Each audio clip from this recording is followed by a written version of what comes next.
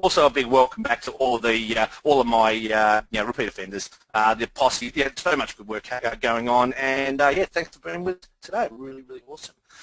Just quickly, fortnightly Sherps. I just want to give you a quick reminder that fortnightly Sherps, now that daylight saving is over, is going to go back to 12:30 Perth Western Standard Time. So whatever time that is for you in your part of the time zone, we've actually got New Zealander on with us as well. So fortnightly Sherps Tuesday afternoon. So the first and third Tuesday of every month. They're going to revert back to 12:30 Western Standard Time. So you need to just do your math and figure out what time that's going to be for you. So guys, jump on the call, and can't wait to do that with you. I'll just skip past. That's all cool. All right, guys. So let's get into this. So as you know, inside Black Belt, we have a sort of a rotating theme, right? Sort of, it's sort of how we do things around here, and we focus on the 6 pillars of what I call a world-class financial planning firm. And those 6 pillars are there. It's your model. It's how you attract, it's the way you convert, it's how you deliver to your clients, it's the way you gather referrals and garnish referrals, and it's also the way that we grow, scale and leverage the business. So scale is the 6th pillar. And we're in April, and April is a delivery and a team-focused month. So, and so a huge part of your delivery is the way that you give service to your clients. And also, it's probably more your client's perception of the quality of the service that you give to them. So perception, just jot that word down there somewhere today. A lot of this is about the client's perception of your service. Okay, so that's what I call your client service standards, in other words. And today I'm going to take a look over your shoulder, and I want you to step back from your day-to-day. There's stuff that you get caught up in every single day, and we're going to look at a few paradigm shifts. And we're going to look at some ways to absolutely solidify your service. Okay, we're going to solidify your service. And the way I look at this, guys, is I look at it in sort of 3 ways. I'm just going to bring my iPad up on the screen here, and I'm hoping that you guys can see that. Can I just get I'm going to clear the raise your hand. Can I just get a thumbs up that everyone can see my iPad up on the screen? I'm just putting that up there now. So can I get a thumbs up or a hands up, please, if you can see my iPad? So the way I look at it, great, awesome, guys. Okay, so the way I look at this is I kind of look at it in 3 distinct ways. Okay, so I'm just going to draw this Venn diagram. The first thing I think about is it's got to be like ice.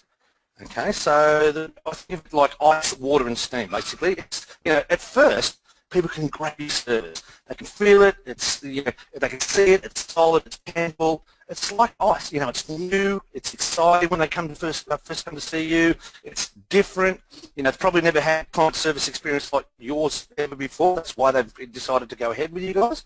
You guys are awesome at what you do, and you blow people's expectations away.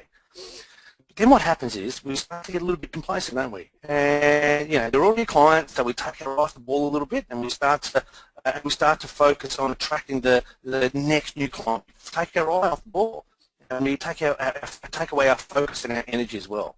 So often what happens is, if you're not careful, it starts to melt away, and it starts to turn into water. The ice starts to turn into water. It slips through their fingers, doesn't it? They're holding to it. They've got it. It's solid. It's tangible. But then it turns into water. You can't feel it anymore.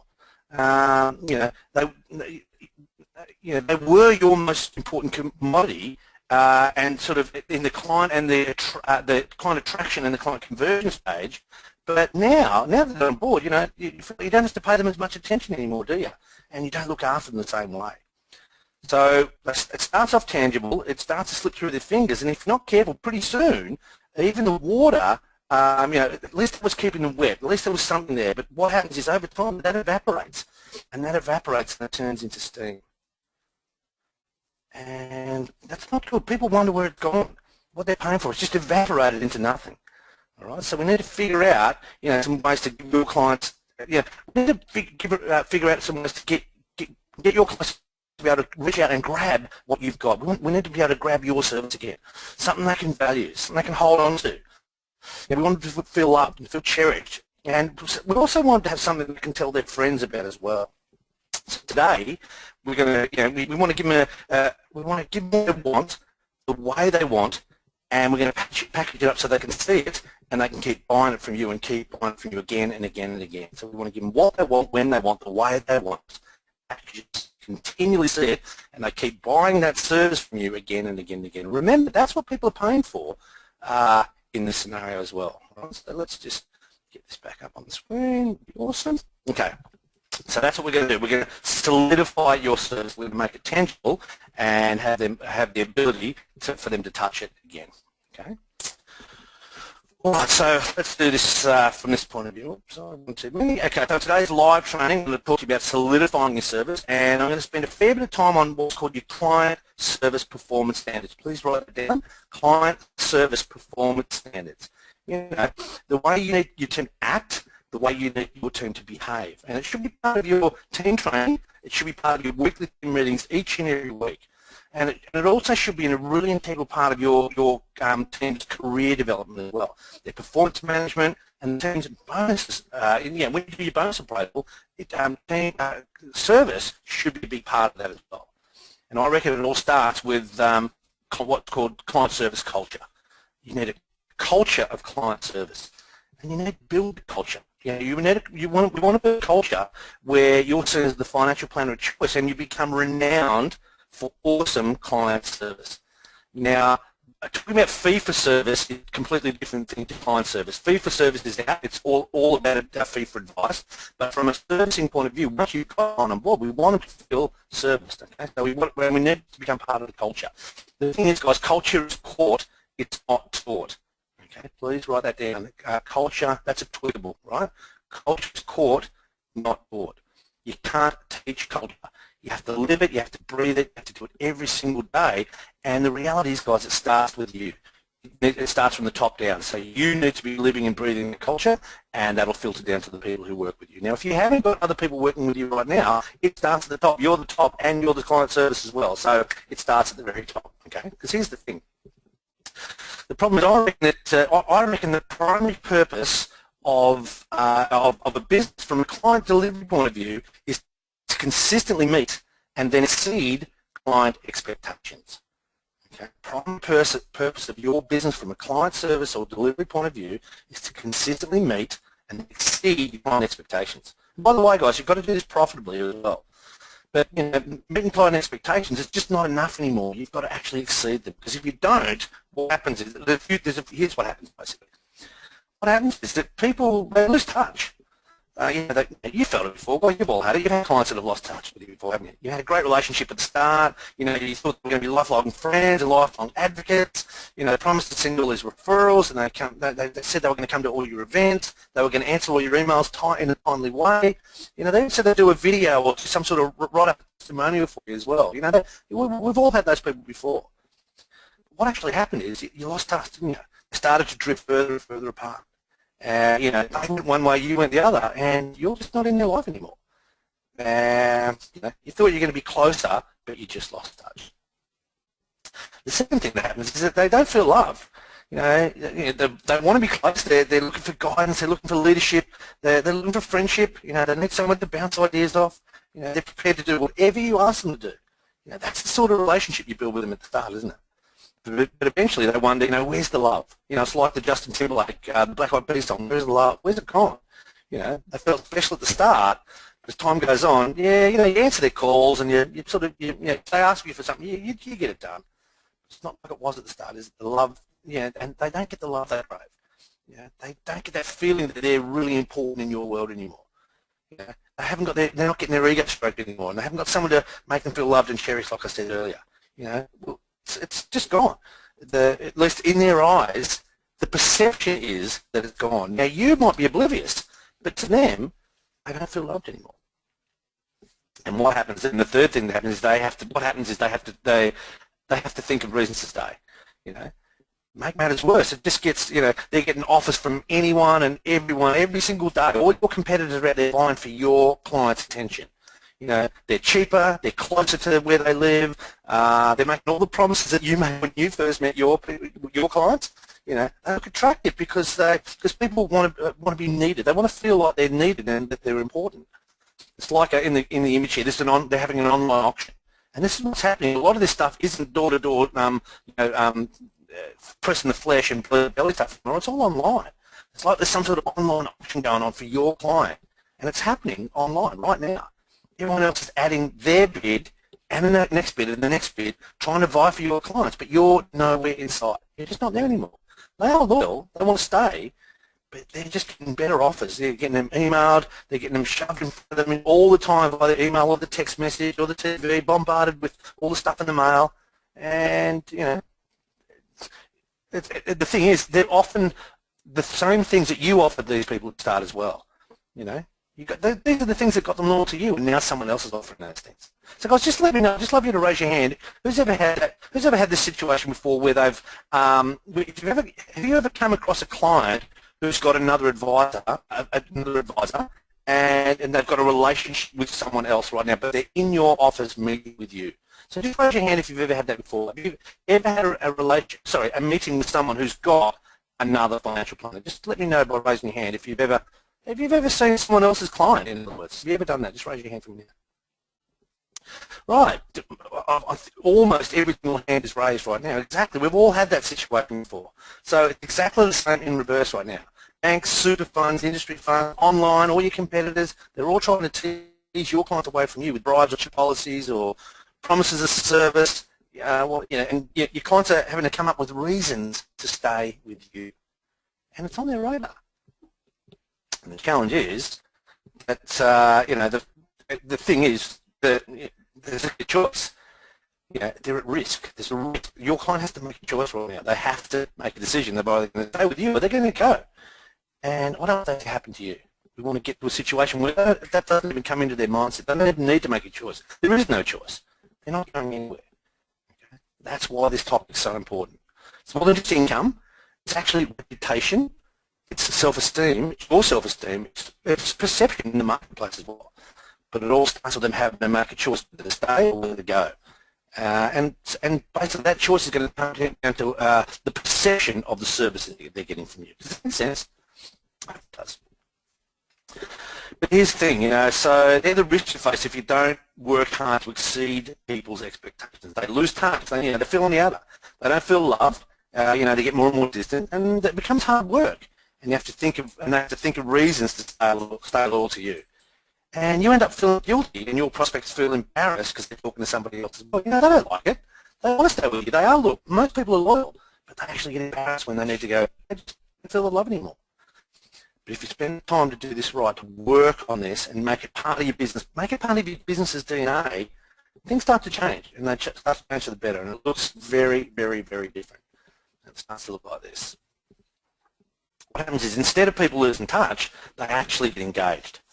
It's the holy grail of client service. Just write this down. Client engagement, it's the holy grail of client service. Okay? People who feel like part of your business, they feel like they're relevant, they actually have a place, a role in your business. They're helping you build your business. Imagine that. Imagine if you could have people so engaged they felt like it was their duty to help you grow your business, to help give you referrals, to support your events, to make sure other people come to your events. To make sure they sing your praises from the rooftops. Imagine if they could. Imagine if they could feel like they took their responsibility to tell everyone when something works really, really well for you, for them, which you've given them. And also got a responsibility to tell you when something didn't quite work as well. If there's something that didn't quite work so well, they respect you so much and they've got such a good relationship, they're so engaged that they'll actually tell you that it didn't work. Or they found a spelling mistake on your website, or blah, blah, blah, which unfortunately I get a lot because I'm a speller. But people actually say, hey, Steve, guess what? I found a spelling mistake. Dude, it's all good, but you should fix it. Thank you so much. That's great. Love your work. People actually want to play a bigger part than just being a customer or a policy holder. There's a bigger picture at play here, guys. There really is. There's a much bigger picture than just keeping a client. There's more to it than that, number one. Number two, instead of not feeling loved, they actually feel your vibe.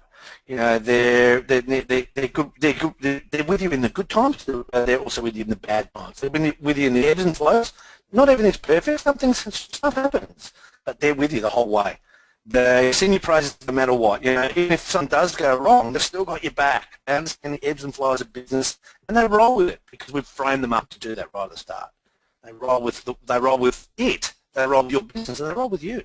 It's a pretty good place to be. And instead of sort of having to toss up whether to stay or go, or something, go to somewhere cheaper, or some bright shinier object comes along, wouldn't even dream of leaving you. They need you. They're loyal. They stick.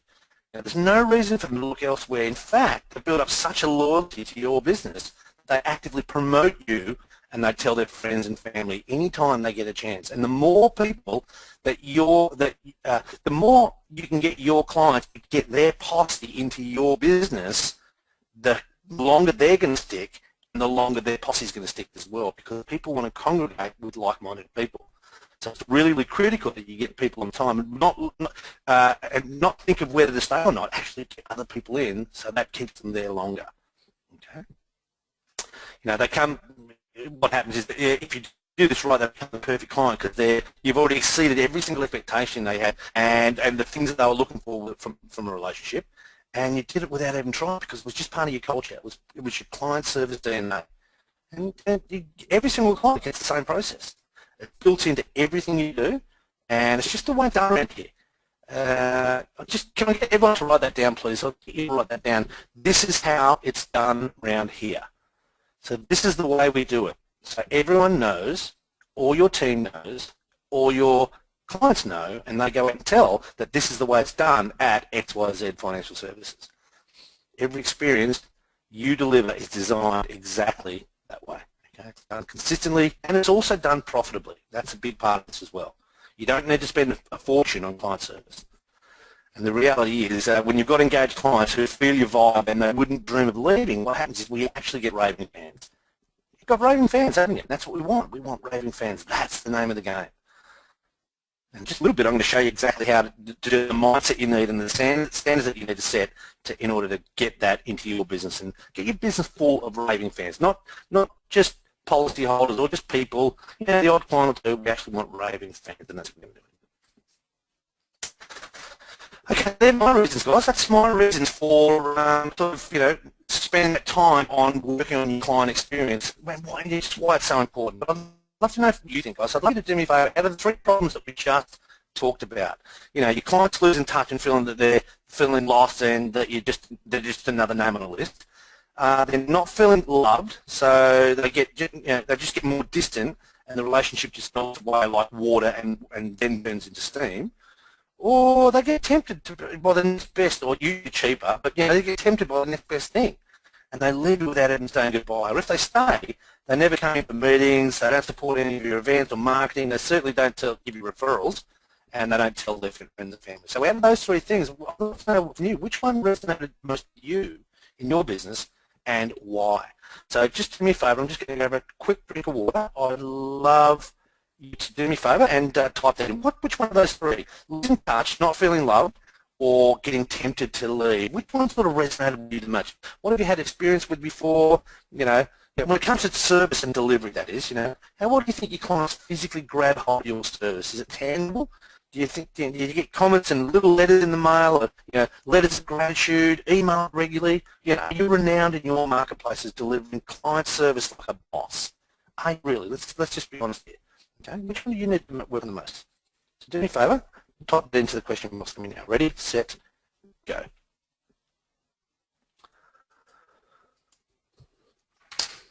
Just give you 10. Okay, all right, got some good comments in here. I definitely feel like I lose touch with people. Yeah, absolutely. People make promises, but often you have to chase them. Totally right, mate. That's the law of diminishing intent. They promise the world, but when you're not when you're not front of mind anymore, they feel like they don't, they don't need you, or they've moved on, basically, or you've moved on. Probably they probably feel like you've moved on, not them. They don't keep their promises. Life goes on. All the referrals they were going to give, they just don't come anymore. They were, all the extra business they were going to send to you.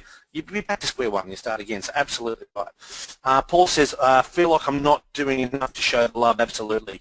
Aaron says, clients stop coming in for reviews. They disengage. Totally right. Absolutely. Lost touch, few referrals. Thanks, Joanna. Losing touch, says Brian. Thank you.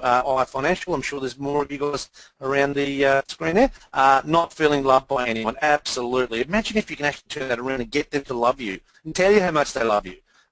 Interesting. Really, really interesting concept. How can we get our clients to tell us how much they love us on a regular basis? Here's the first way. Ask. I reckon you should just ask. It's really simple. Losing touch, says Andrew, thank you. Terry says not feeling the love would be number one because the other two blend. Yeah, they blend. They all part of. It's all a ripple effect, isn't it? Yeah, for sure. Not feeling the love. Thanks, Terry. Not feeling the love. Probably more virtue of time available to trust me. Need admin help to do that. Okay, Lisa, we need some admin help. We know that for sure. Andrew says touch even. Oh yes, spelling mistake up the top there. Thank you. I wouldn't have let anyone know that you'd done that mistake, but all good. Chasing people, delivering better service. Thanks, Matt. Chasing Nathan. No system, no long-term engagement structure, Joanna. Absolutely, we need a process and a system for it for sure. It's got to become, as I said, it's got to become your DNA. It's got to be part of what you do every single time without fail. Feel good, diminish over time without regular contact. Thanks, Guru. Exactly right. Not feeling loved. I have a client or two that I know feel like this. Have not done what is needed. Okay, so we just turn that around. We'll do it. Yeah. Oh, the others are at Fairbridge. Thank you, mate. Yeah, only you today. Love that, Brian. Glad you're with us. Awesome, mate. All right, I hope you're getting some value out of today. All right, cool. Lots and lots of other comments there. Relationship. Maybe they lose touch but don't feel loved, but I have no way of finding that out. Dave, you know, it's normally not until too late that you find it out. That's the problem. So you've actually got to find out. You need to know before the event rather than after. Because once they're gone, what do? You get you get an email to say, hey, we've changed your client to another servicing advisor. And oh, by the way, you've lost a whole heap of income from that as well. So it's kind of a triple whammy effect happens. So yeah, great. All right, great, guys.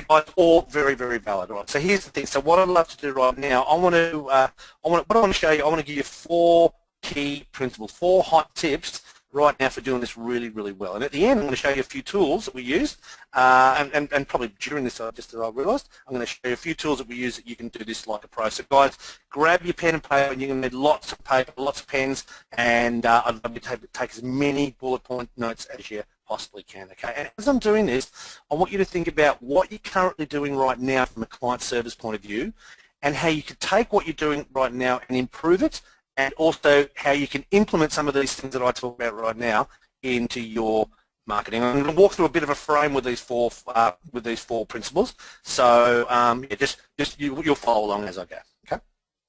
All right. So let's do it. First one is this. The first thing I want you to do right now and right here is I talked earlier about what I call the X factor in your business. And we know the X factor of business is these 4 things. We know it's about marketing. We know it's about selling.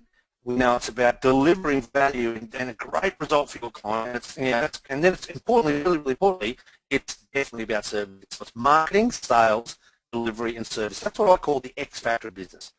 So our focus today is on how to bring the delivery and the servicing part together in such a way that you're producing amazing results in your business due to your servicing. Okay, the reality is, from a service and delivery point of view, I reckon the primary purpose of your business, like I said earlier, is to consistently and profitably meet and exceed your client expectations. Okay, and what I want to do, so you've got to understand what I call the ladder of loyalty. Okay, I'm actually going to draw that. I think it's in your workbooks, guys. Or in your worksheets there. So if you can just grab that, would be awesome for me right now. So I'm going to just bring over my iPad. Let's see if I can do this now. Yeah. So bring that over.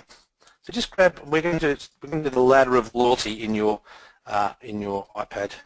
Sorry, in your. Come on, you punch. So the ladder of loyalty. So what we're going to do is we've got to understand that there's this ladder of loyalty. It's from a loyalty point of view. There's a whole heap of people out there in your world that are what I call suspects. So you can jot this in, suspects. So they're suspects. You suspect that they could potentially do some business with you. They're not certain, not that they necessarily will, but they could do business with you. Okay, so they're what we call suspects. From there, what we want to do is we want to move suspects up to prospects. So just write that in. So prospects. Okay, so I reckon prospects are sort of the what I call the next best source of business for you. So the guys who were at the summit, and we talked about the farm club. I reckon your farm club is really where your your prospect list is where your farm club comes from. So I want you guys, all of you, to have at least 20 people. A list of 20 people written. I used to write it physically on a piece of paper, had it sitting on the right-hand side of my desk, of the 20 most likely people that are going to give me business, and I called that the farm club. Okay, so I want everyone to have that, and those people came from the prospects list. So what we want to do is really target our marketing, their activities towards making those people, generating suspects into prospects, and getting those people, they're the next most likely people to buy. Okay, so what we then want to do, once we've got a prospect, we want to turn that prospect into a lead. Okay, we want to turn them into a lead. So there's a distinction. The distinction here is that someone who's reached out to you and asked you for something, promise it's fantastic, it's great. We've changed the behaviour. They're not scared or confused anymore. They're now interacting with you and in conversation with you. So that's the difference between a prospect and a lead. That person's reached out, they've grabbed a lead magnet, they've made an inquiry, they've been on your website, and you've tracked that on your website tracking. Coming forward to you. So they're not a prospect anymore. Now they're warm. There's a reason for them. There's a reason they need you. They're hot for you. So they turn into a lead. Okay. The rule here is how to turn that lead into a client. Become a client. Okay, so we want that person to become a client. And a client is simply somebody who's gone through the process of engaging with you. Basically, they've taken advice and they've bought something from you. Basically, so they might have bought advice, they might have bought product, and hopefully it's a combination of those. Great, awesome, we've got a client. Okay, well, the client's one thing, but what about if we could create an advocate? So that's the next step. We want to create an advocate. What if we could do that? An advocate's someone who's out there literally spreading the word for you. They're out there spreading positive word of mouth. They're out there. So if they were asked by someone, hey, who would you recommend? Who would you recommend as a financial planner, or this is a great place to get your insurance from, or where can they roll? Where can I roll over my super? People would talk about you. They definitely go to these people. They're awesome. They're great to do businesses. Whatever. That's what you call advocates. So they're advocating your business, your advice, your products, and they're going and they're doing that to the marketplace. They're telling everyone they know about it. And it's an incredibly powerful position for you to be in, having people advocate your business. But the thing is, there's one level up from that. And it's so important for us to focus on. And that next level is basically what I call a raving fan. You've got a raving fan in your business. We want raving fans. That's where we're heading. Started off as a suspect. They moved to a prospect. They became a lead because they reached out. We've got them on board. They're a client now. Now you've done a good job for them. They're advocates, but the next step is it's raving fans. And the difference between an advocate and a raving fan is really, really simple. See, a raving fan does not need to be asked. Okay, a raving fan doesn't need to be asked. You might want to just jot that down. I've just used XYZ financial planning. They did my transition retirement strategy. They sorted out my blah, blah, blah, blah. I trusted them with my life savings, basically. Wow, they're a fantastic business. Awesome. They're out there telling the world how awesome you are and how important it is for their friends, family, colleagues, people in their scope of influence to come and see you. Okay, you might have seen it. You might have seen it in a. You might have seen it in a movie. You go to a movie and it's an okay movie, right? It's all right. It's not a bad movie. And someone asks you, how's that movie? And you haven't really volunteered, but they say, should I go and see that movie? And you sort of, you say it was okay, it was all right. If you've got no other movie to see, you can probably see that. It's okay. It's an okay level of recommendation. That's one way of doing it. So someone asks when you say, yeah, it wasn't too bad, blah blah blah. But then you go and think about it. You go and see a fantastic movie. You almost feel obliged or obligated to go and tell people about it, don't you? You think about it. Hey, you've got to go and see this movie. It's absolutely fantastic. Okay, you see, notice it's a different intensity. There's a different energy about it. So when you see a fantastic movie, you're out there and you're telling the world you can't help yourself. It's inbuilt in this. And the same thing with client service here to get yourself advocates. So my question to you right now, guys, is I'm wondering, what I'm wondering right now is, how many of your clients, people in your business, are actually out there saying that for you in your business? Hey, you've got to go and do business with these guys. You've got to go and work with them. They're awesome. They did a fantastic job for us. I'd love to know. That's the place you want to be, and I'd love to know how your business is going with that as well. So have a think about that. That's the question for you. How many people have you actually got doing that in your business? So I'd love to know. So number one, the first important thing to understand is what we call the loyalty ladder. Number two, you've got to stand out. We need to stand out. Right now, almost more than ever, you're facing a whole perception issue. That you are, I am, the industry is, right? And it's come from lots and lots of different angles. But today we're focused on delivery and service, obviously. But there's this great quote, really, really good quote by a guy by the name of Tom Peters. He wrote a couple of books, a book called Little Big Things. In Search of Excellence was another one he wrote. He was actually one of the co-authors of the Dr. Seuss books, hence the Dr. Seuss hat on the screen. He wrote this book called Seussisms for Success, which is a pretty cool book. You should get it.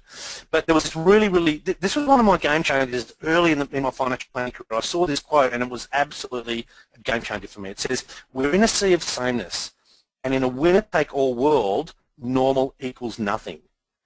Be abnormal." And I just love that quote. I think it personifies client service and delivery to an absolute T. We're in a sea of sameness. In a winner-takes-all world, normal equals nothing. Be abnormal. So what I actually want you guys to be thinking about, I want you to be the sharpest pencil in the pencil case. I want you to be the brightest sunflower in the wheat field. I want you to be the brightest yellow daffodil in the pink gumboot. That's what I want from you. Okay? Because if we're in a sea of sameness, there's no difference between you and your competitor, then quite simply, we're going to be making it hard for people to consistently choose you. And what's going to happen is if you're no different from everyone else, the only decision they're going to have is to choose you on price. So please write that down. If we aren't different, the only choice will be on price. And I don't want you to be the cheapest. I actually want you to be more expensive than they thought you'd be. But we're going to ignore some about it. But if you don't stand out from the crowd, the only choice that they're going to make is to choose price, and you don't want to get into that game. Okay, this is the X factor we're talking about now in your business. So we make it easy for you to stand out in your marketplace, and that's the key here. So we've got to remember that your client's perception is literally their reality. And it doesn't matter if you're brilliant at something. It doesn't matter if you're the best at advice, or you've got the most technical strategy, or you're a specialist in your area. Whatever it happens to be, you're smarter than everyone else, or if you've got a better product that no one else has got. What matters is does the client, and importantly, does the marketplace know that? Do your prospects know? Do your clients? Do they know? Literally, does everyone in your marketplace and the potential people who could be in your marketplace, people who could get your advice, buy your product or service, have they got a clear perception that what your business is all about, and the service levels that you give? You clearly articulate that to people so that then they can go and articulate it to the world. It should be on your website. There should be a client service standards in your website as well. All of these type of things. Okay, it's a really, really good question. Okay, so let's talk about that. Okay.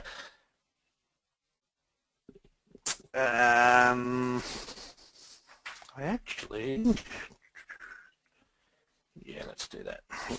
Sorry, just thinking about my time here, guys. There's a lot to do with marketing, I've got to say, but it's also you can relate these things also to marketing, guys. By the way, I'm just thinking out loud here. This is also a lot for marketing, but it's definitely for client service and delivery, and we want to do it really, really well as well. So I want to look at here. That's what I wanted to. Sorry, just get my head back around where we're heading with that. I'm going to look at quickly the X factor. Just grab a new clean sheet of paper, guys, and I'm just going to draw quickly what I call the X factor of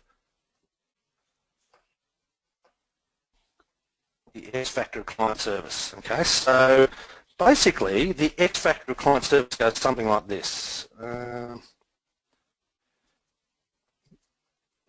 X factor of client service goes something like this. Okay, so number one, first thing we want here is what we call expectations. So just put this in, expectations.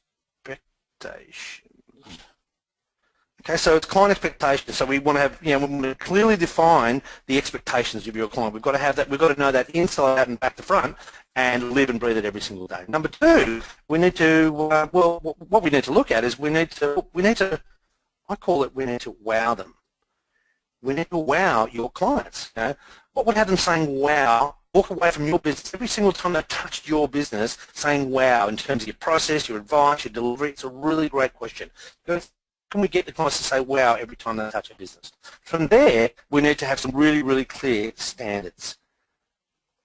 Standards in your business. What are the client service standards that you have? Okay, it's incredibly important that not only you but everyone on your team is operating off a consistent set of standards. So everyone's got to be singing off the same hymn sheet, in other words. And talking about consistency, the final thing, the X factor here is that we need it to be consistent.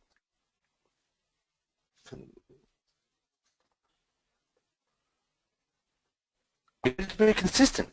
We need to deliver consistently, inside out, back to front, all the time. Anyone can give awesome service once or twice maybe, but you need to do it consistently well. So that's the real key here is consistently, constant and consistent expect service in your business, and that's how you'll unlock service performance in your business and take your business to a whole new level. Okay.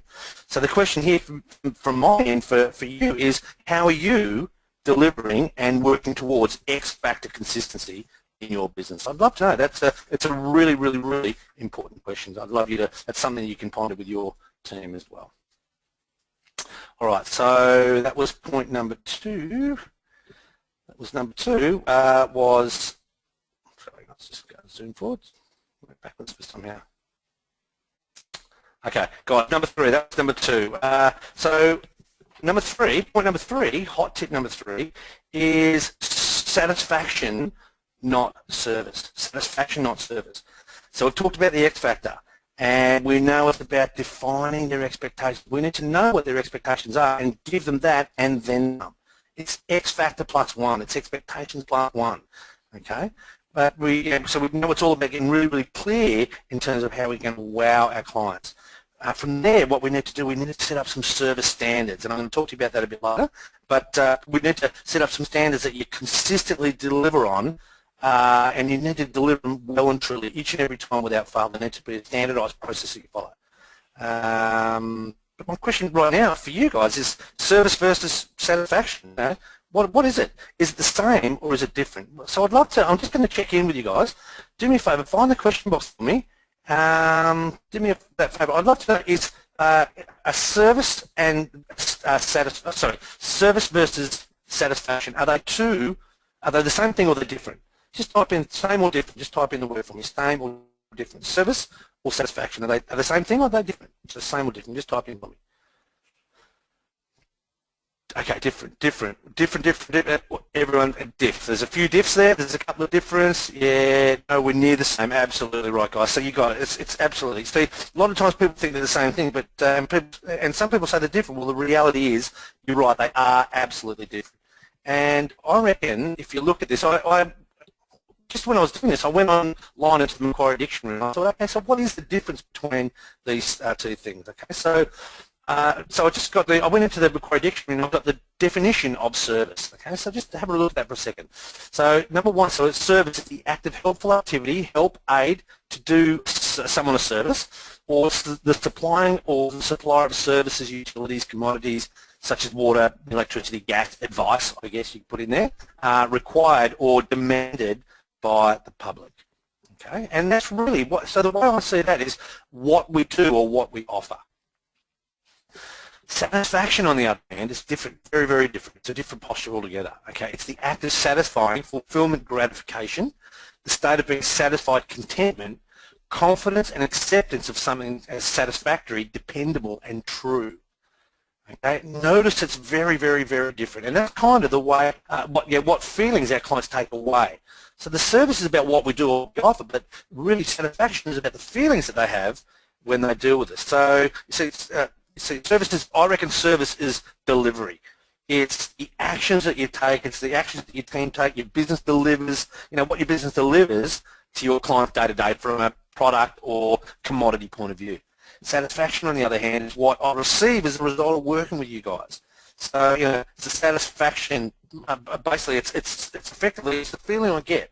Okay, how satisfied am I with the result of your service in terms of your advice, the journey you took me on, the rapport we built, the different touch points you have in your business, anything that you can do from a delivery point of view. That's what we're talking about here. We don't want service, we actually want satisfaction.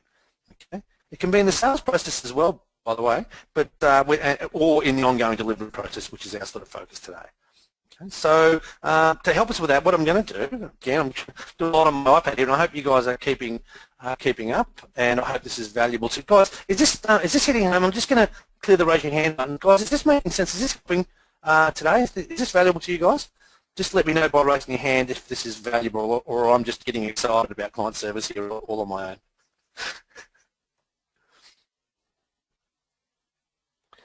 Yeah, great. Awesome wisdom. Awesome. Oh, no, I don't want that. I don't want that one. I want what I actually want is another page here. Thank you. Okay, so what I want to do is I want to walk you through now. In your worksheet, you should also have a copy of the satisfaction thermometer. So that's what I'm going to do right now. So if you can grab that for me.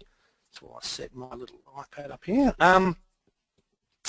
So guys, if I was able to, or more specifically, if you were able to put a thermometer on your business, every single thing that you do, every client interaction that you have, every single thing that you did for your clients, we'd have a satisfaction thermometer. Okay, so at the bottom end here, we'd have low satisfaction, low, and at the top we'd have obviously high. And you guys have already got this in your book. I should have downloaded this worksheet just thinking about it, but anyway, it's okay. So what we want, so really, so it's all about getting clarity on how your clients are currently leaving your business or every touch point that they have with you. Every time they touch you, it's going to have a certain reading on that thermometer. Okay, so the thermometer's high or low. It's all about getting it as high as we possibly can. But down the bottom here, people, and you can jot this into the lines there. People might feel, if people feel, and they do this sometimes, feel bitter and twisted. Some people actually leave you feeling bitter and twisted, and when they do that, they actually leave with a feeling of anger. They leave with a feeling of anger, and that's not a good look. They've got a lot of venom in there. There's a lot of frustration in them. They're angry, and that's definitely not what we want for your business. The next level we've got up here, we've got disappointed,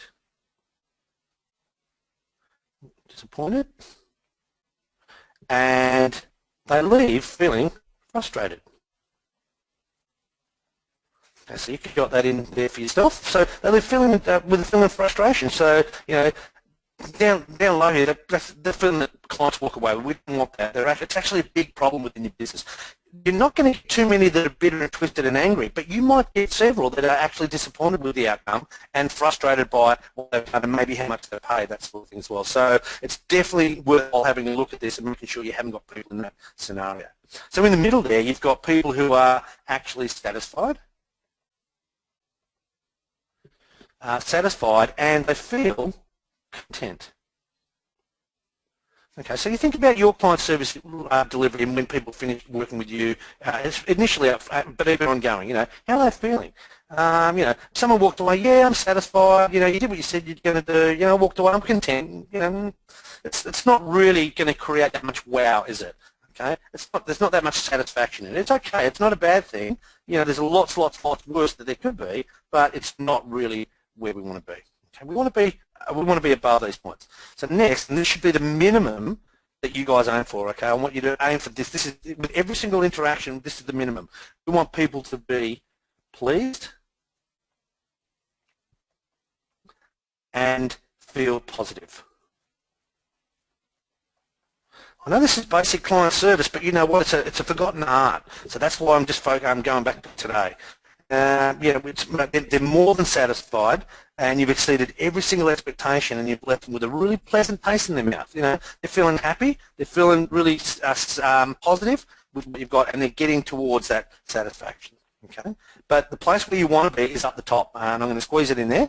You want to be at the top there. What you actually want, you want people to be this. You want people to be delighted. Delighted by what I've done with you, and therefore they leave impressed. So you want people delighted with your service, and you want them to be impressed by the experience that they've had with you. You know, when people are impressed, they can't help but talk about you, like a really good movie, like I said before. You know, it's instinctive. People want to tell their friends and the people that they know, so that they get the same experience that they've had as well, and they actually go out and look for people to tell when they're impressed with you. So it's really, really critical that you get this part right in your business. In that place, guys, I'm telling you, life gets a lot easier. You have people working and doing work for you, because you don't have to look for clients anymore. People are out there. You've built a network of people who are loyal to you, and they're actually the ones out there looking for your clients. It's a really cool place to be, and what did they actually get there and tell their networks on your behalf. So that's how impressed they are with you, and that's where we want to be. We want to get that feeling of them being impressed with your work. Okay. All right, so that's that one, I think. Just let me get my screen back up. Okay. So that was number 3. That was satisfaction, not service. Okay. Last but by absolutely no means least, and I really love this. Number 4. So the 4th tip I'm going to give you today, and 4th and last tip, is I want you to stay above the line. I want you to stay above the line, guys. Okay, really, really, really important here. I want you to stay above the line. It's about sort of having a sort of a positive, can-do attitude all the time, even in bad times, in good times and bad. On a day-to-day basis, we've got the choice. We have, as individuals, as people ourselves, as leaders in our business, as managers, and people in your team as well. We've got a choice. We can either operate below the line, or we can operate above the line. I'm not sure if you've heard this expression before, but it's really, really critical to know the difference between below the line and above the line. Both have got a direct impact on you personally and your team's collective results as well. Okay, so the focus is this focus is basically the most important frames, one of the most important frames of reference that I'm ever going to give you guys, and it was one of the biggest changes in my financial planning career when I learnt this frame called above the line and below the line. Okay?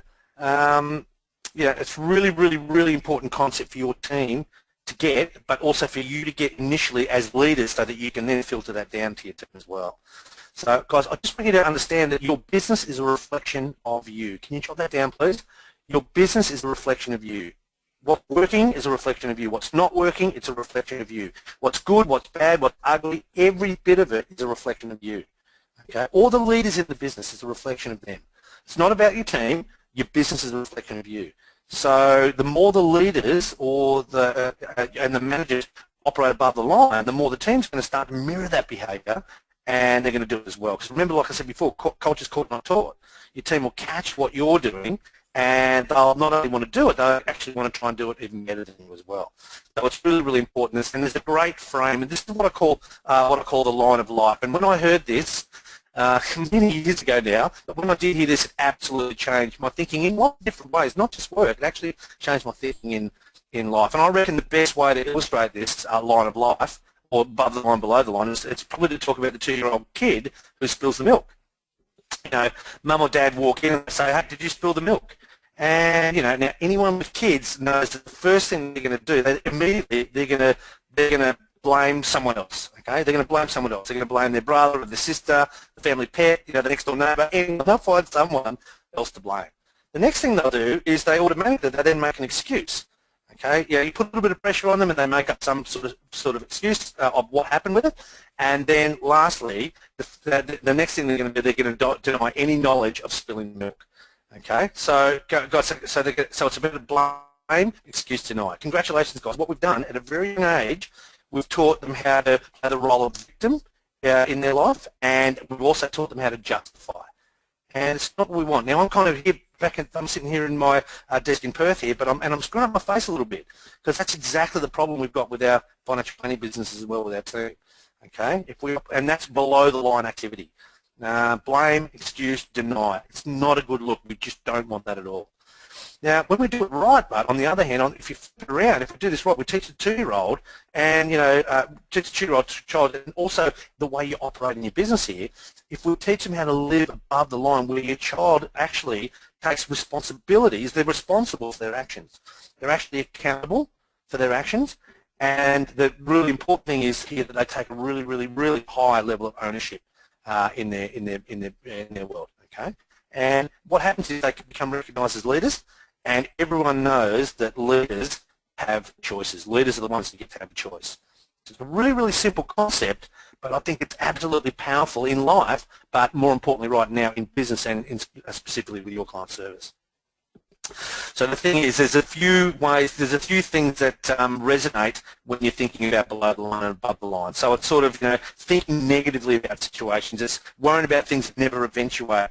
Blaming others, blaming the past or blaming others for things that have done. Judging people. It's saying things too hard.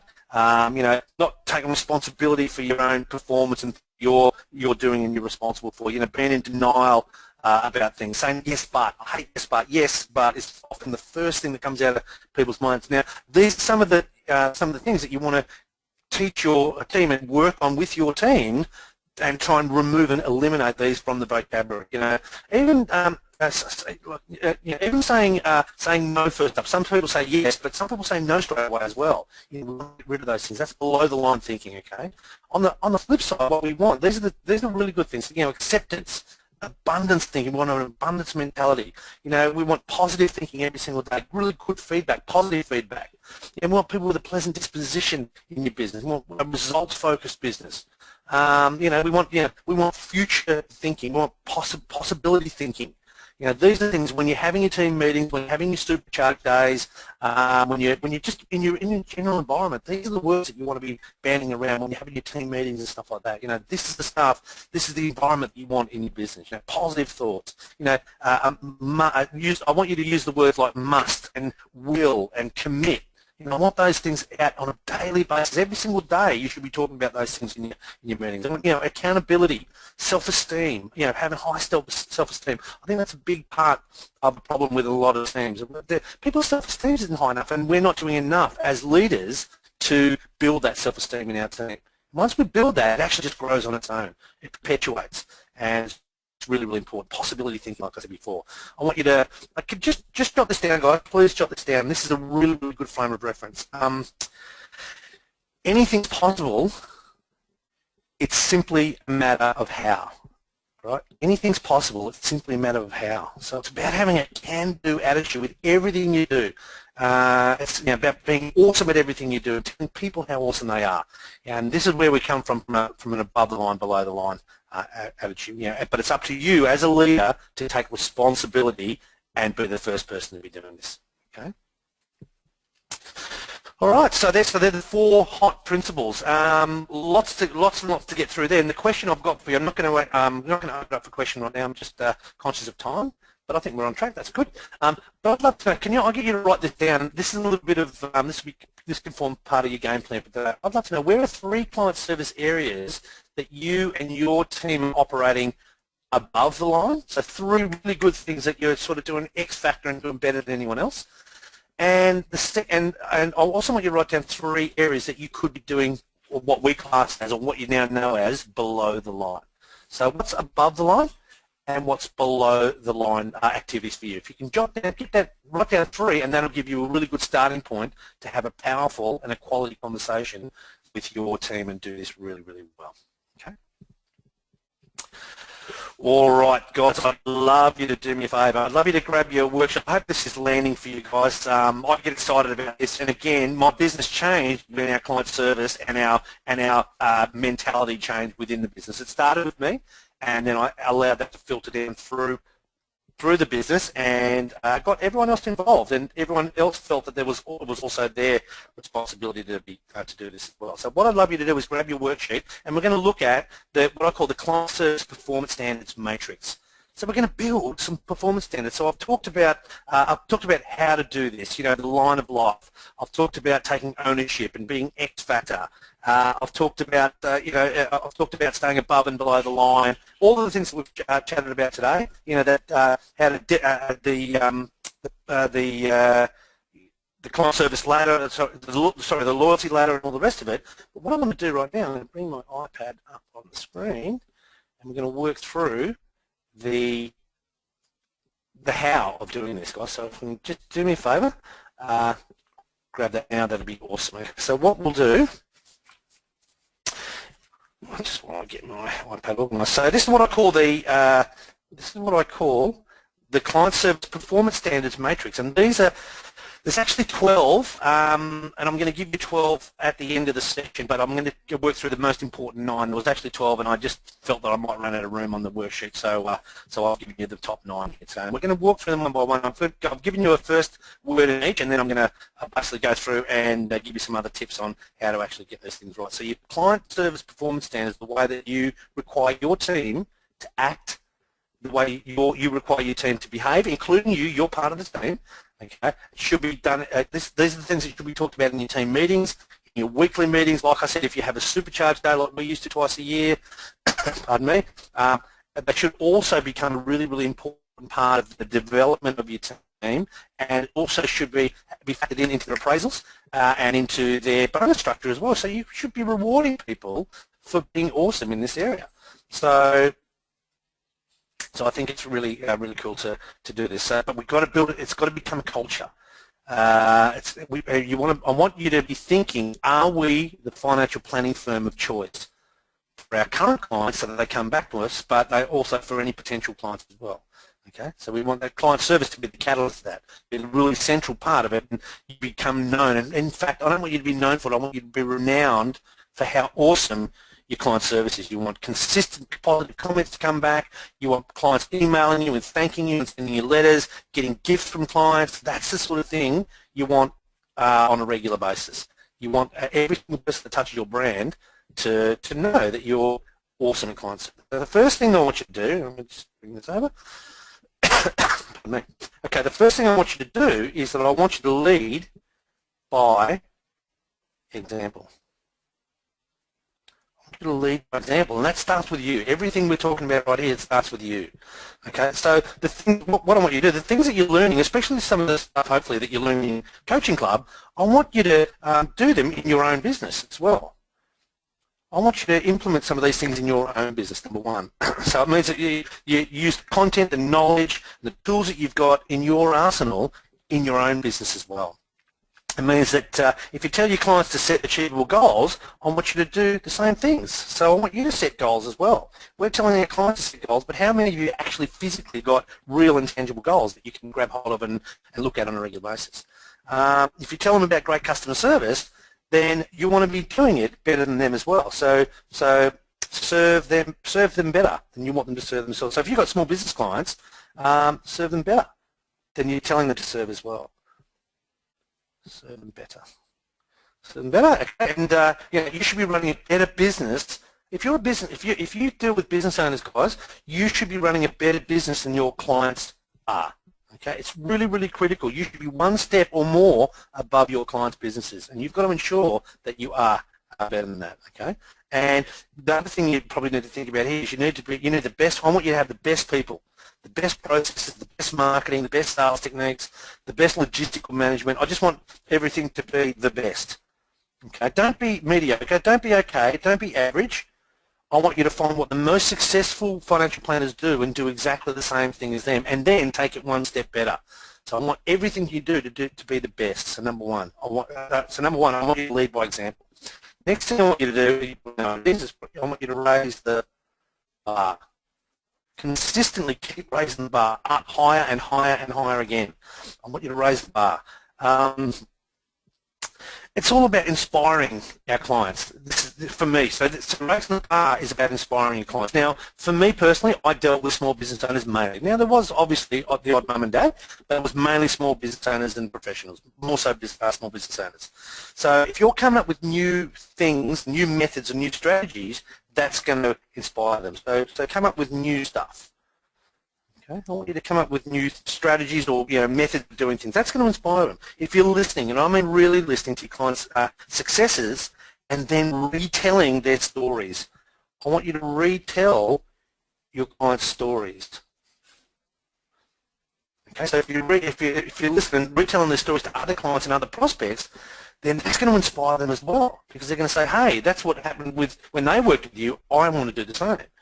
Okay? If you're pushing the boundaries, so the third thing here I'd say is push the boundaries. If you're pushing the boundaries, if you're pushing the boundaries of what's possible for you and also what's possible for your clients, well, that's also going to inspire them as well. And the other thing here, I've just written down here, adopt better than best practice. Best practice isn't enough anymore, guys. I'm sorry, it's just not. What your dealer groups, what your insurance companies, and what the BDMs and all that are giving you, that best practice stuff, it's just not good enough anymore. I want you to have I want you to adopt a better than best practice mentality with your strategy, your technology, your admin, your marketing, your sales, your advice methods. If you do that, then you're going to inspire your clients as well. So we're going to consistently raise the bar. New things all the time. Retell their stories. So learn their stories, understand their stories, know their stories, and then retell those stories. Push the boundaries on a regular basis and be better than best practice. How good would that be?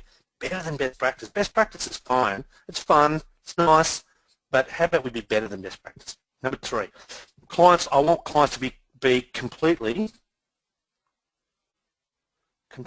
delighted, like we had in the thermometer. So I want your clients to be your clients will be completely delighted with what you do, what your team does, and how you do it. The end result of that is that you're going to become 100% referable. All right, I want you to be. So this is what this part's all about: 100% referability. That means that if you got externally audited and someone went to your past clients and asked them and found out what they say about you, they'd say amazing things about you and your people and the way you've dealt with them and the client experience they'd have. And this is what I do. It's called the 4 Easies. It means that the 4 Easies that you've been working on in your business have been unbelievably unbelievable. And I call these the 4 Easies. So number 1, I want you to be easy to deal with. These are called the 4 Easies. So easy to deal with. All the things, people. So everything to do with the people in your business and everything to do with logistics. You want it to be easy to deal with. Number 2, you want to be easy to understand. Okay, so you want to speak English, or your product, your service, your language that you lose. You want to speak English to your clients. You want everything to be really easy and understandable. Everything, or your website material, or your marketing material, your lead magnets, simple and easy to understand in their language. Number 3, you want to be easy to buy from. You want to be easy to buy from. So your marketing and sales, you want your pipeline to be really, really smooth and easy. So again, I want all the coaching club posse to be listening to this, but this is also from a client service point of view as well. Behind the scenes, all this stuff, we want the 4 Easies, and we want stuff to be easy to implement. So easy to implement. Okay, so because people buy what works. Okay, so that's what we call the 4 Easies. All right, so so we want people to be absolutely, completely delighted by what you do. Okay, you getting this so far? Cool, I'm glad you are. Okay, so what I'm going to do, hold on. Ooh, touchy, this new program. Very touchy. Hold on, sorry guys. I've got lines all over, and I'm a perfectionist because it's not quite good enough in the client service delivery mechanism for me to have lines all over my document. Okay, so let's get this right. Okay, number 4. Number 4, what we want to do, we want to always maintain positive relationships. We want to maintain positive relationships all the time. Negativity is absolute cancer. It's toxic in your business, and toxic relationships just never last. So you're there to build it. You're there to build excellent relationships. That's what it's all about. Professional and positive. We're not trying to build buddies for life. We're trying to build clients for life, and there's a massive difference. You can be buddies with your clients, but the reality is we want clients, okay? So the things that you're going to focus on here is like what we say, how we say it. I might just do this. I might just how we say it. And the third thing I want you to focus on is when we say it. And the fourth one, and probably the most importantly here, is I want you to understand with a positive relationship why we say it. So why are you saying that? So really, really think carefully and consciously about every single thing that you say, every single communication that you have, every email that you send. You know, some of you guys now who've dealt with me on a Skype call doing an email, on one email, I'll spend 20, 25 minutes on one email making sure the wording is absolutely specific and perfect. It sounds really casual and smooth to the client, but we thought through every single word, every word without fail. That's how important it is. And you know, guys who have done that with me know how much time we'll spend on one single email. Okay, so that's because it's all about maintaining positive relationships, whether they're client relationships or strategic alliance partner relationships, or whether they're prospect relationships. Okay. All right, next one, really important, so simple, so basic, and you guys are all going to know this, but it's so simple. It's this. It's greet with, greet by name, eye contact, and with a smile. Greet people by name, with eye contact and with a smile. So important. There's nothing worse than walking into an office or worse still leaving an office and the CSO, the client service officer, or the receptionist, or the person at the front desk, or there's no one at the desk sometimes as well, which is kind of not good either. But yeah, they can't even look up from the desk and give the person a smile and say, "Welcome, guys," or "Thanks for coming in, John and Emery. We'll see you next time." That sort of thing. So guys, if you're listening to this call, if you're part of the coaching club group with the CSO, you make sure that every single person that comes in gets acknowledged by name with eye contact and with a smile, and they also get acknowledged on the way out the door by name with eye contact and with a smile as well. Okay, so that's number one. So that's the CSO front job, and yours by the way. If you're at an event, just another different way, if you're at an event or if you're hosting an event, don't be shy. Don't wait for people to come up and introduce themselves. I want you to go up and introduce yourself to people really, really powerfully. So introduce yourself. I've run a couple of workshops for a few of the posse members over the years, and their teams sit back in the corner in the huddle during the break and before and after the session, and they don't talk to people. So I've actually had to go into the middle of that group, bust room and spread them apart like atoms, atoms breaking up over the room to spread themselves out and go and mingle and talk to people in the room. So anyway, that's another story, and it's kind of fun doing that. Okay, so don't be shy. The other thing is get up from behind the desk.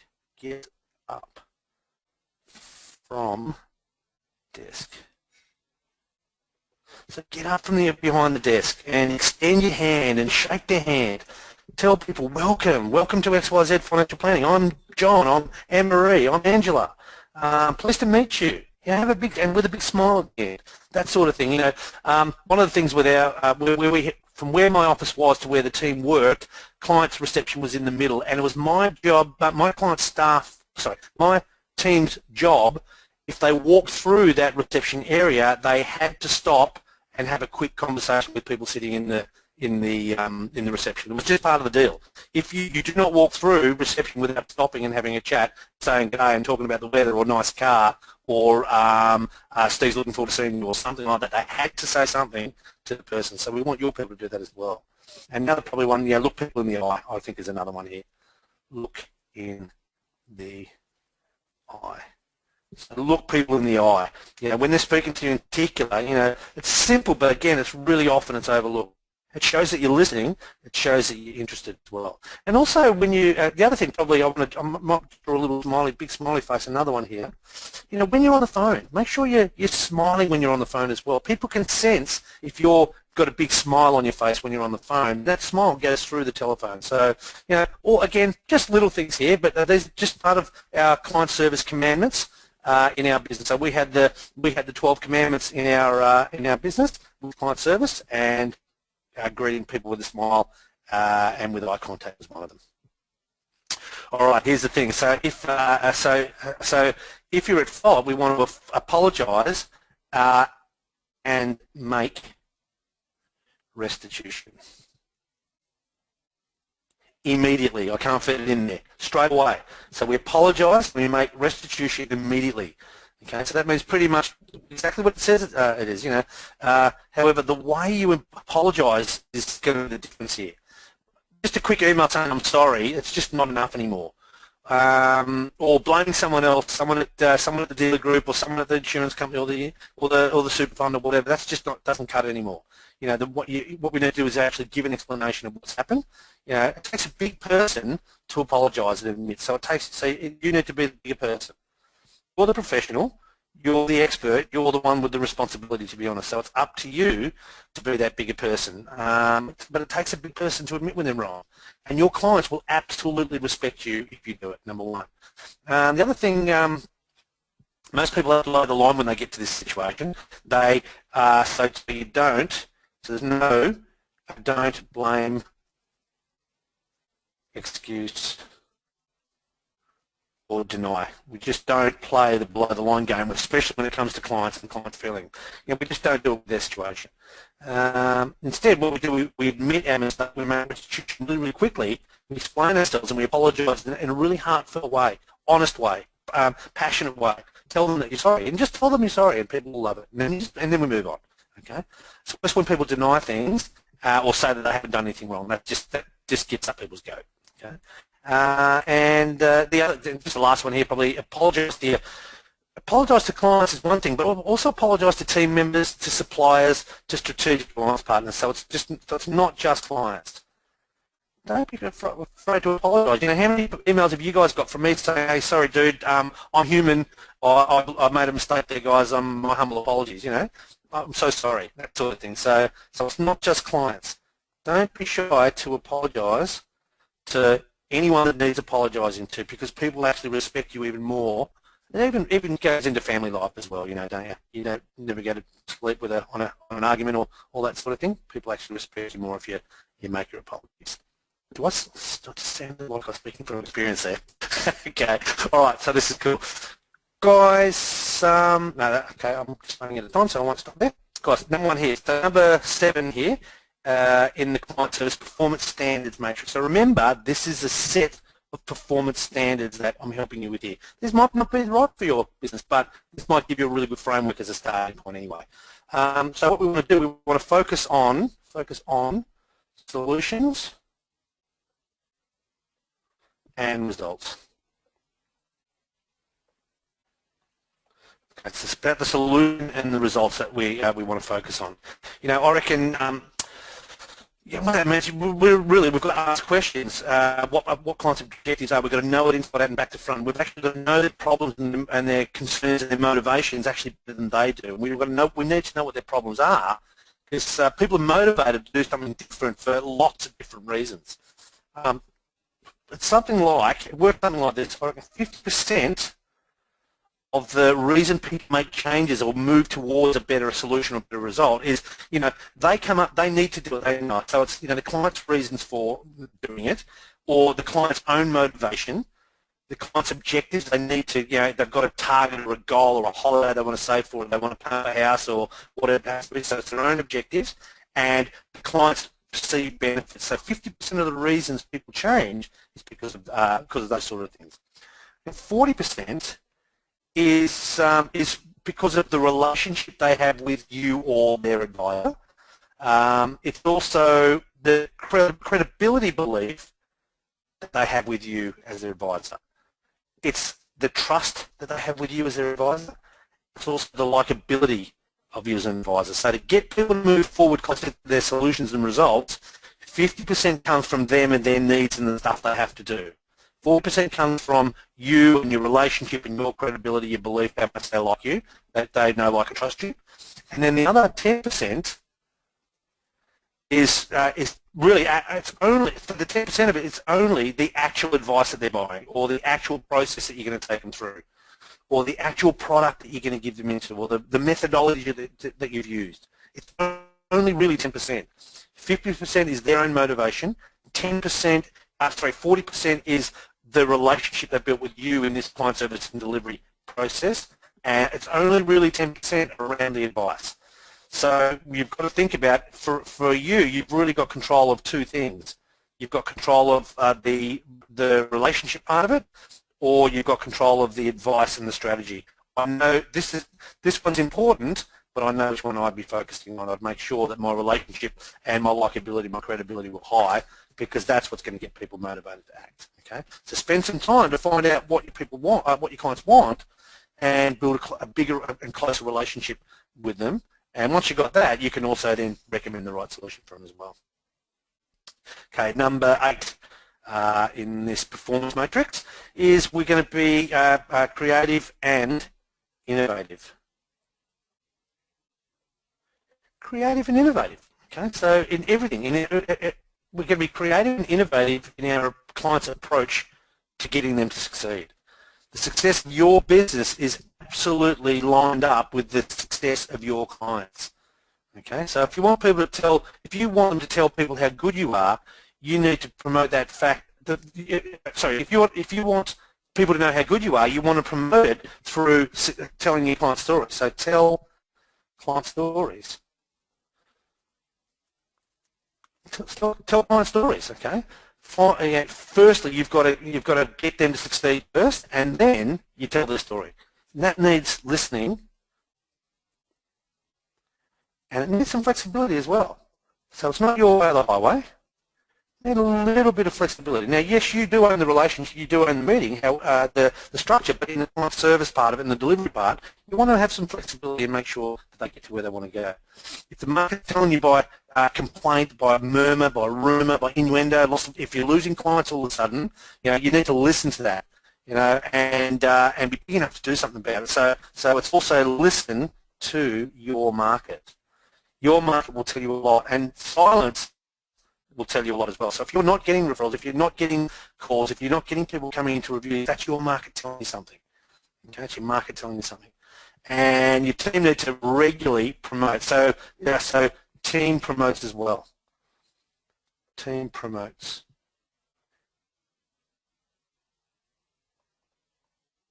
As well. Okay, so as part of my guys' part of the deal was the guys, you're going to promote our business. You've got to be a champion of our firm. You've got to be a champion of our business. You're going to be a champion of our team. So even though you're part of the team, you're going to tell everyone how awesome our team is. You're going to tell lots of good news stories about our business, about our staff, about our clients, things that are happening well, events that we're running.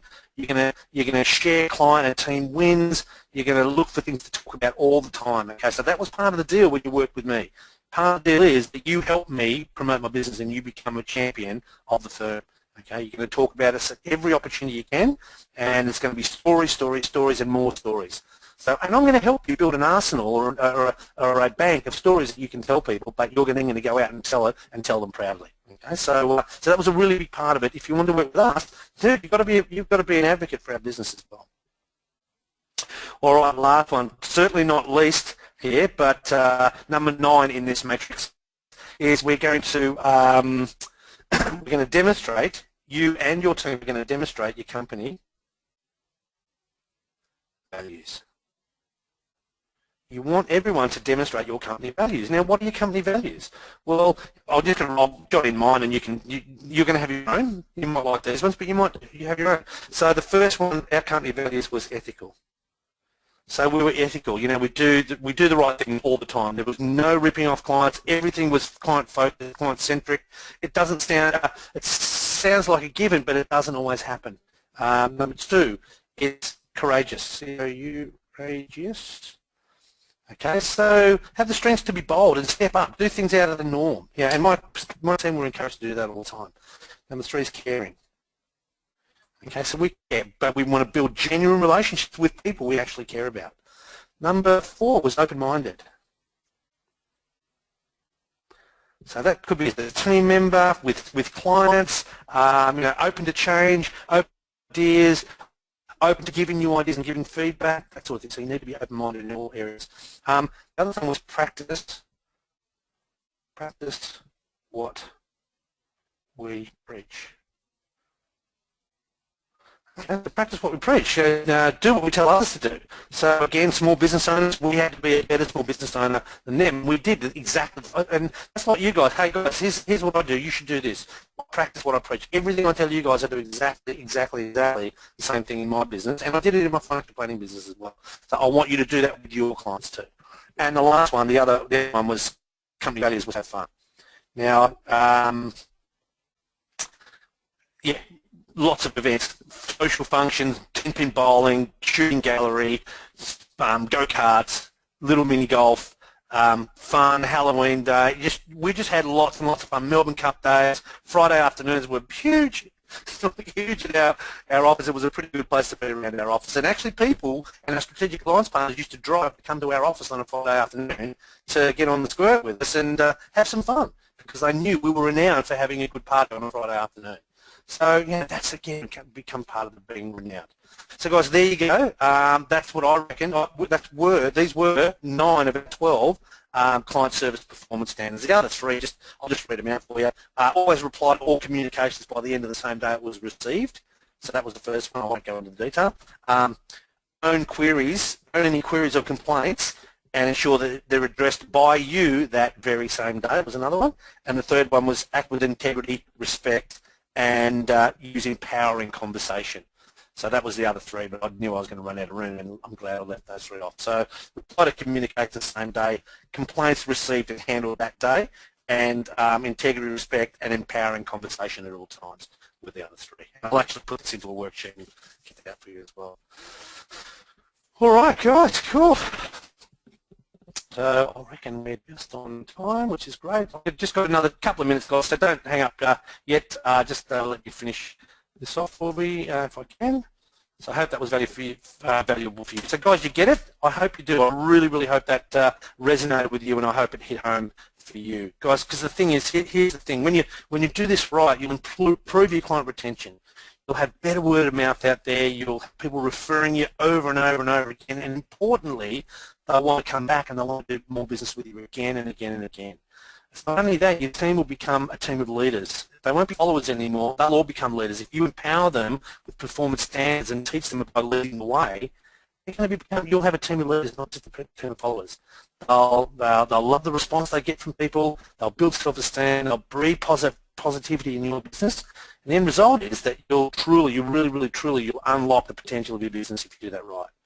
Solidify your service, guys. Give your clients an experience like they've never had before. Give it to them the way they can, in a way they can grab it, something they can touch, taste, and feel. Make it tangible, make it X factor, and you'll never, ever, ever look back. Okay.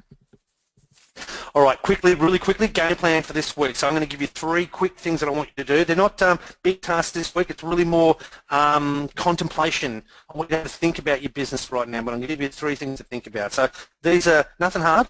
These are the traits, some of the traits of a world-class financial planning business we've gone through today, and I want to help you implement them into your business. So the first thing is this. Number 1, I want you to think about your client base and where it sits. So you can jot that in your worksheet in here, so your projects for this week or this fortnight. I want you to think about your client base and think about where people sit in that ladder of loyalty, or that loyalty ladder.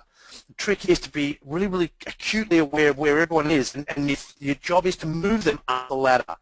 Even if you've got your advocates, and you want your advocates to become raving fans, you want your clients to become advocates, you want to be moving people up that ladder of loyalty all the time. And having clients just is not enough anymore. It just won't cut it. It's not going to work anymore. Number 2, I want you to look at your touch points and think about how you're standing out in that sea of sameness. You know, we want to wow people every single time. Every touch point, we want to wow people every time without fail. Guys, and if you want to get a head start on that, guys, there's a really, really good video in the vault under the training videos. It's called Create a Compelling Induction. It's got all of the steps from first contact, so the first time they hear your name, to the time they walk into your front office and shake your hand. And we've broken up all of the steps we used to have in our business. Hopefully yours are pretty similar. And we've worked out every single step of the way. And next to that, we work out what we could do in that step to make our clients say the word wow out loud every single time they touch our business. Okay, so go and have a look for Create a Compelling Induction, and it'll help you determine the wow points with every single communication that you have with your business. Number 2. Number 3, thirdly, lastly, I want you to revisit the time of life. Sorry, did I say time of life? The line of life. Okay, I want you to think about how you're applying it in your own world, and think about how you're leading by example with it in your business. Think about how your team are living by that line of life. And if you've got a team, you might even want to do that exercise in a team huddle one day, or do it in a team meeting one day. Actually get up on the whiteboard, walk through the line of life that I did for you now. Go back, have another look at this video, and just have another listen to how I went through it. And yeah, it's a really, really good exercise for you to work through with your team and get them involved and get them to give you some ideas on some of those areas as well. Okay, so there's 3 things I'd love you to do this week. That's your game plan for today. Okay, guys, just give me another 2 minutes, guys. I'd love your feedback. I've been talking a lot right now, but I want to hear from you guys. I want to know from you, what did you learn? What are your takeaways from today? Yeah, I want to know, I just read your comment, Brian, thank you so much. Beer o'clock at your place, what time? But we used to say to our clients, bar normally opens around 4, so that's good. Guys, what did you learn from today? What did you notice? What did you take out? What would you like to share? I'd love you to type in. Do me a favour. Please, everyone, play the game with this. I'm hoping that you got a lot of value out of today's session. I'd love you to type into the question box what you got out of today's session. So, sorry, need to go. Thanks, Craig. No worries at all. Cool. Guys, just do me that last favour, and then we'll call it a day. We'll let you know what we're doing next time, and then we'll call it a day. I think Terry, great, Terry, thank you. I think we all need to do this, but not the same way each and every. We're doing it, but not the same way. We need consistency, exactly. Process provides consistency. Andrew says, be abnormal, stand out from other planners. Absolutely right. Bruce, reasons they stay with us and bring the love back with the client process. Great work. Nothing but world class. Absolutely, guys. You know, so that's all I talk about. I don't care about what anyone else is doing. I want to do it better than them, and I want you guys to be doing it better than them. That was my thing when I was doing it, financial planning business. And it's the same in my coaching business. I've just got the blade in my coaching business, with a world of other coaches. My thing was, right, I want the blade. I'm going to do whatever it takes to get the blade. I was the second one in Australia to get a black belt, and I was the first one to get the blade, and that was my goal. Right, I want to do it better than anyone else. I don't know why. It might just competitive spirit for me, but I want you to have that same competitive spirit as well. Being a business of difference. Thanks, Aaron. Good stuff. Guru, thanks, Guru. Our client experience must be deliberate and consistent. We'll look at the session again. Awesome, mate. Great, Guru. Love this. I actually had this on my list of things yesterday and can see where the holes are and how I'm going and how I'm not getting what I want from my clients because of it. Exactly. Lord, thanks, Susan. Lord Lee, and getting more than just satisfaction. Exactly right. Thanks, Lee. Paul says, learn a great framework. Could be good to go further detail on the how. Okay, no worries at all. We can do that for sure. Leading by example and better than others. Nathan, thank you. Great to have some clear guidelines and something to focus on putting ourselves into clients' shoes. Totally, Rob. Absolutely. Sorry, Steve, got to run. No worries at all. Thanks, Guru. I think I need to show more leadership and get the team members living this. Get your team members around Blackwing, mate. Get your team into the posse. That's how they're going to learn. So what's happening, I'm finding, is a lot of the posse are doing really, really well in their businesses, but the team are having to get dragged behind. So the way to fix it is get them involved. Will the Tigers unpredictably cause an upset tonight? You've got to be joking, mate. I'll be there screaming my head off tonight as well. So, all right. Hey, guys, had a great session today. That was fun. That was awesome. I hope you got as much value out of it as I did, enjoyment in presenting it to you. Dude, that was one thing. Next week, I've got I've got another ripper session for you next week. A lot of people have asked me about this thing that I call the handover meeting. The handover meeting is was one of my secret weapons. It helped me cement the relationship that I'd sort of build in the first sort of 1 to 3 months with a client. Get them really, really sticky. Hence the gecko sticking to the glass there. That's what the analogy is, just in case you didn't know what on earth a gecko is doing on my screen. It helped me get them super excited about the journey that we'd just been on and tell me what a good job I'd done. It also got them to totally bought into the work that we just finished for them and got them really, really crystal clear about what we'd done so they could go out and tell other people what we'd done as well. So I wanted more than just my clients to know what we'd done. I wanted them to know and be able to articulate it so they could go out and tell other people what they'd done rather than say, oh, we just did this stuff. And just and best of all, what happened was, it was the time where I used to get a flood. I mean, literally a flood of referrals, 3, 4, 5 referrals from one client.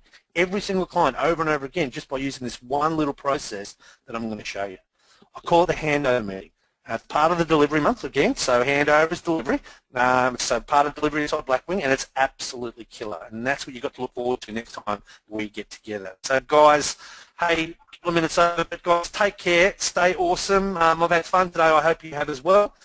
Keep up the good work, keep up your wins, and let's keep the communication going in Facebook. I'd love everyone, if you could do me one big favour, guys. I'm trying my very, very best to give you everything I've got, and I want one thing from you. I'd love everyone to double the participation in the Facebook group. Guys, if you've got questions, ask me in the Facebook group. If someone poses a question, I'd love you to help them answer. I just want you to help me build that community inside the Facebook group. It's really, really hard building a community on my own inside there. So for those of you who are helping me, I really, really love it, but I want everyone else to be involved in that Facebook group as well. So can you do that favour for me as well? I want it to be a really, really awesome place to hang out as well. So guys, take care everyone. I'll see you on Facebook. I'll also see you on LinkedIn as well. Have a great day, stay awesome, and we'll talk to you all real